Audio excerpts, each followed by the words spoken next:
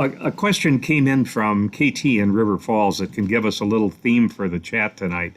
She asks, what are the main lessons you can offer to us in River Falls from your experiences in your communities with these dam removals?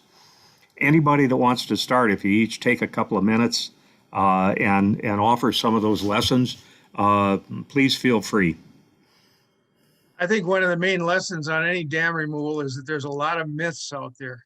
People come up with all sorts of ideas. For example, one person at one of our hearings said that the river below the dam would dry up if the dam was removed because all the water came from the pond. So, those kinds of myths are out there in the society, and you have to dispel them with information and data. It's a really good example of how science-based management can overcome problems that occur when you rely on myths or ideas that are not founded. So it was really important to dispel all those myths. Another one was that you'd get blastomycosis when the dam was drawn down.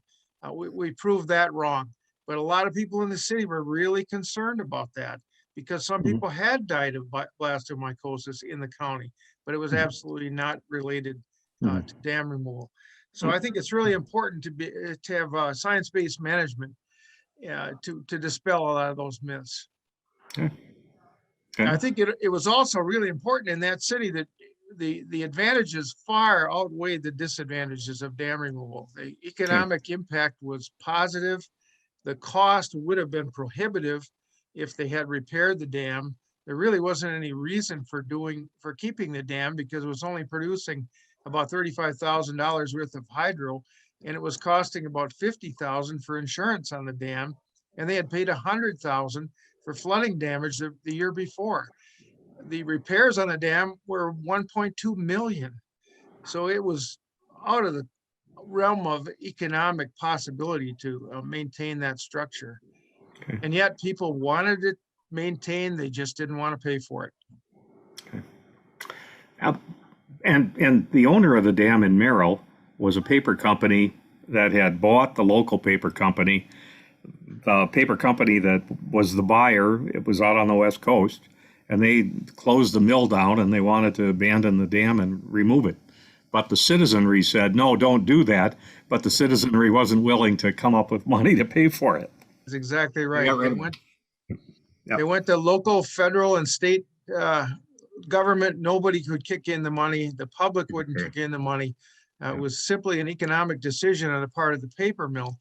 But the people were angry for the loss of those high-paying jobs to begin with. And when the dam removal hit the city, people were really upset. I counted 140 signs in the city against dam removal, really blaming DNR and the paper company for all these disasters that were going to happen, when in fact turned out to be an extremely positive result. They said that property values would drop. We hired University of Wisconsin to study that issue. Property values actually went up around the former pond. 120 acres of submerged land went to the city and became a great park. There were all kinds of advantages that accrued from avoiding the sunk cost of repairing that dam. Okay. Thank you, Bob. Bob, Mike, do you want to weigh in? Sure. So no matter what you do, you're going to have some people that will oppose. And,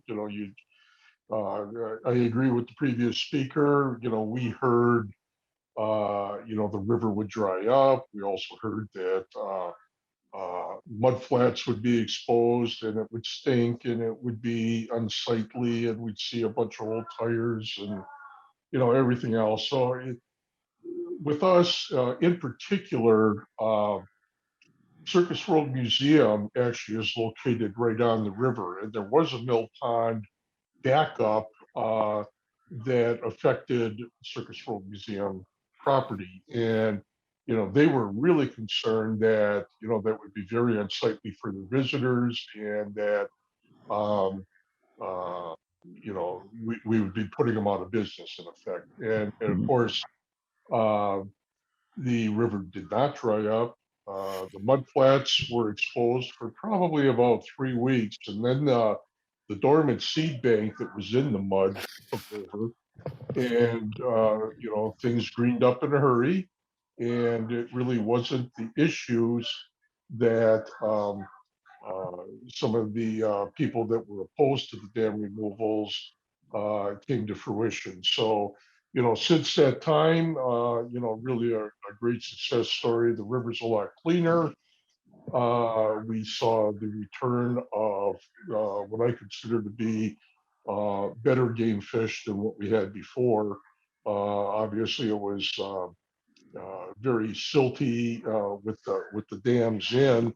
Now that the dams are out, the gravel bars have been exposed. They get flushed on a regular basis, and that brings in smaller feed fish, and then that becomes then nice habitat for holding bigger game fish. So, that in itself is a tremendous plus.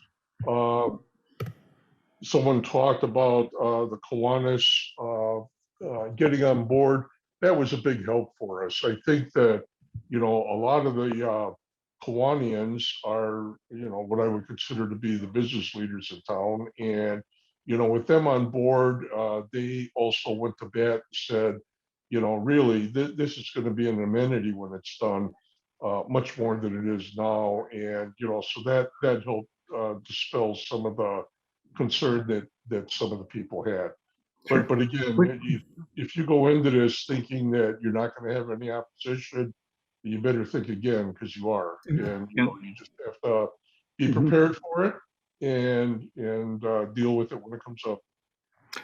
Okay, thank you, Mike. Heath, what's the Colfax experience? What's your lesson from Colfax? Yeah, a couple of things, Duke. I think there's kind of three main things that we kind of learned there. And there's like three phases to every project, basically, when these occur. First phase is like the permitting, and then actually the drawdown, and then the sediment management portion. That's like all the stuff you have to do before you actually take the dam out. And then they actually have the physical removal of the structure, and then the final restoration of the stream channel going through that impoundment. And the biggest thing we learned with those three stages, there's probably different players and partners in each stage. So you're going to be working with different people depending on where you're at in that process. And then also a big thing is be patient with the process. There's going to be a lot of curveballs thrown at you, and things are going to have to be adaptable to, I guess, is another good example. Things may pop up that you weren't expecting. An example in Colfax was after we actually removed the structure, we had a city storm sewer pipe and a natural gas line that were exposed going through the impoundment.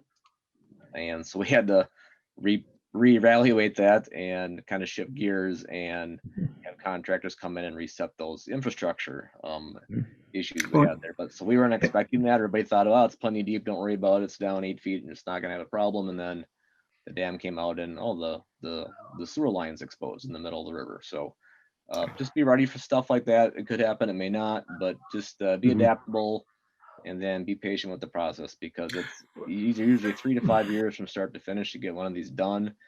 Sometimes even longer than that, depending on how many moving parts there are, and a lot of players involved and partners to make it happen. So just be patient, and hopefully good things happen. Well, and I remember in Colfax, you just became ready, prepared for surprises that you couldn't even guess.